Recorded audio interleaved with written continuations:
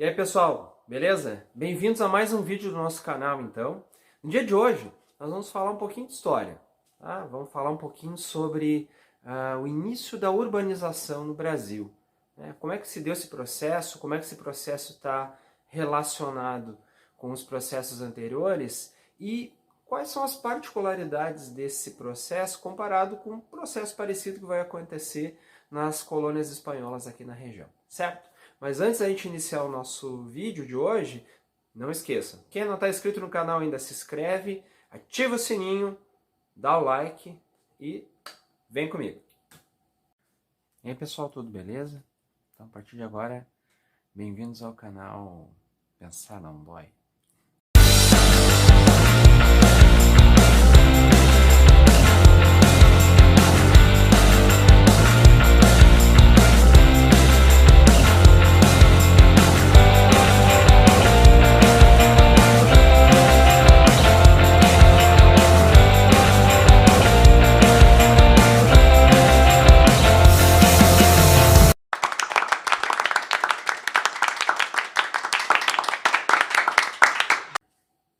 E pessoal, vamos lá então. Antes de falar sobre o processo de urbanização no Brasil, nós temos que pensar que Brasil era esse. Porque urbanização, a gente logo imagina pessoas circulando em atividades específicas, uma sociedade já com uma certa complexidade, mas essas pessoas vieram de algum lugar. Se não existia urbanização ainda, como é que deu a chegada dessas pessoas até aqui? Bom, vamos lembrar, o processo de urbanização do Brasil está linkado exatamente com um ciclo econômico bastante importante, que é o ciclo do ouro, né? Ouro, diamante, mas especialmente o ouro.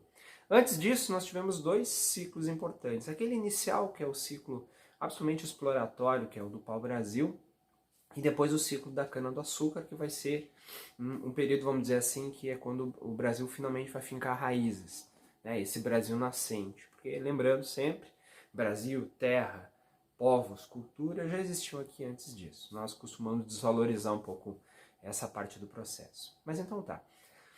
Bom, todo o processo de cana-de-açúcar, lá do plantio da cana-de-açúcar, dos engenhos, ficaram limitados ao litoral brasileiro, né? Alguns relatos, tipo do Padre Vieira, que vai dizer que os portugueses se arrastavam pelo litoral como caranguejos, né? Por que os portugueses não entraram logo para dentro do território brasileiro? Primeiro porque a gente sabe que não era simples, não era fácil. Também era um território ocupado e nem todos os ocupantes do território nacional, nem todos os nativos das nossas terras eram amigáveis, né? A gente sabe vários relatos, várias histórias. Nós tínhamos, por exemplo, povos que eram inimigos dos portugueses, aliados dos franceses, e povos que não eram aliados de ninguém, eram por si só. Muito bem, mas além disso, os portugueses já tinham uma experiência no continente africano de doenças, né? Malária, febre amarela e outras doenças que acabavam dizimando muito fácil os portugueses. Porque a gente sempre esquece, eu acho interessante esse detalhe, né? Os portugueses ou os europeus vieram para as Américas e trouxeram algumas doenças para as quais os nativos daqui não tinham anticorpos. Isso é uma pura verdade, né? Mas o outro lado também é verídico, né?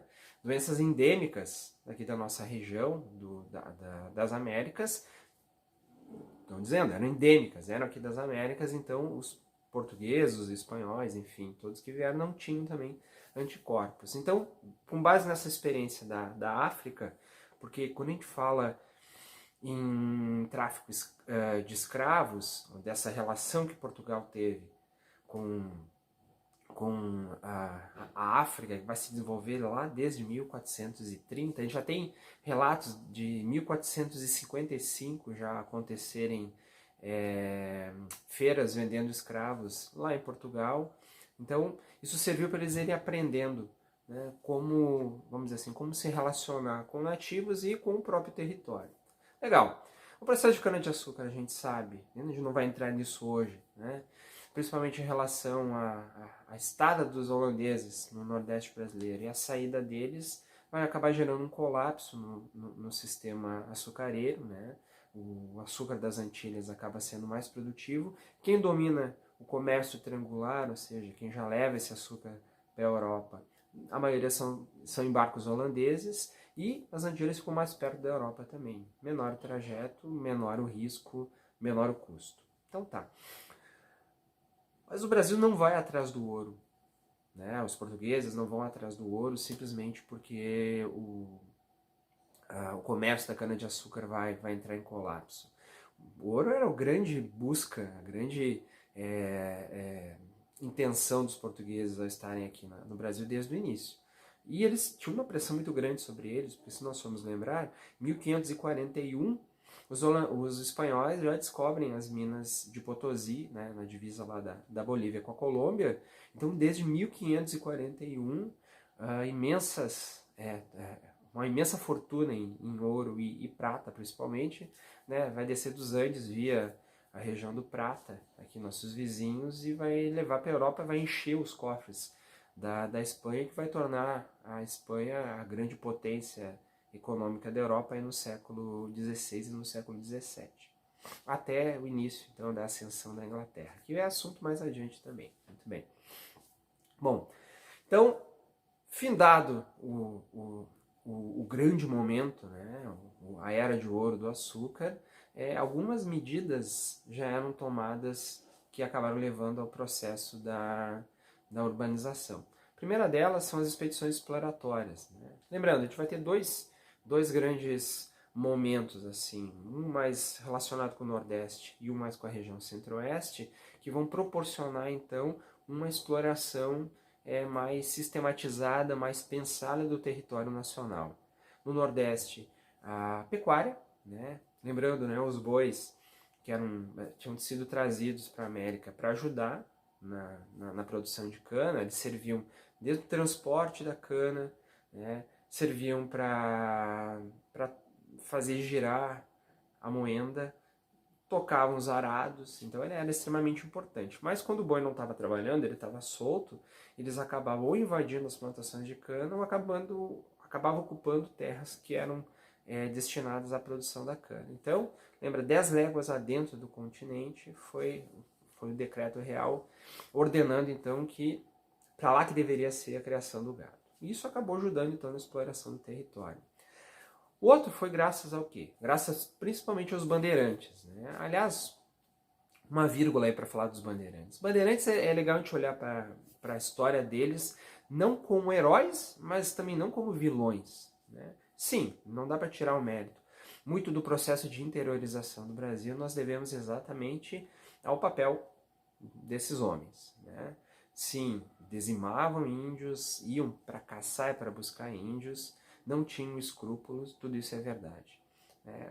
Essa figura do bandeirante, na verdade, tem toda uma exaltação do bandeirante, porque representa muito a cultura lá do Centro-Oeste, especialmente São Paulo, e o Brasil, a gente sabe, depois da independência, da proclamação da República, o governo teve uma necessidade muito grande sempre de criar heróis nacionais. Assim nasceu Tiradentes, e assim vão nascer Borba Gato, Fernão Dias, outros grandes, ou não, né, bandeirantes que vão entrar para o panteão aí por muito tempo da historiografia brasileira como heróis. Eu tenho um livro de 1979, ano que eu nasci, que não está aqui comigo, está na casa da minha mãe, que é um livro, um compêndio que vinha numa enciclopédia que tinha uma parte que era heróis nacionais. E os heróis nacionais começavam primeiro com Pedro Álvares Cabral e indo, e todos os bandeirantes, tu pode imaginar, estavam nesse panteão de heróis nacionais. Mas, bandeirantes à parte, o papel deles foi extremamente importante, né? Então, 3 tipos de expedições, né? As monções, as entradas e as bandeiras, né? Que iam costeando os rios, continente adentro, em busca de índios e de exploração, em busca do ouro. Tem uma minissérie que passou na Globo há um tempo atrás, chamada Muralha, que o primeiro capítulo, o primeiro episódio, ele é perfeito para contar um pouco desse processo. Legal. O local onde o ouro vai ser encontrado, né, vai virar então uma zona de exploração. O primeiro ouro que eles encontram é o ouro de aluvião, e este ouro ele vai acabar depois de um tempo, né? E aquele ouro que está mais de maneira mais superficial, não só dentro do rio, mas na terra, e logo então a exploração de minas mais profundas vão se tornar necessárias. Nesses locais onde então começa a exploração do ouro, vão surgir dois tipos de assentamentos. Os arraiais, que são os pontos mais temporários, mas que vão acabar com o tempo se tornando fixos, se a produção do ouro, no caso, era eficiente, se mostrava realmente que valia a pena explorar aquelas terras, e as vilas. Tá? Então, ao redor dos arraiais e ao redor das vilas, começaram a surgir então os primeiros aglomerados urbanos. Mas os aglomerados urbanos brasileiros eles tinham uma característica muito peculiar, que é o que a gente vai ver no vídeo na sequência, certo? Até!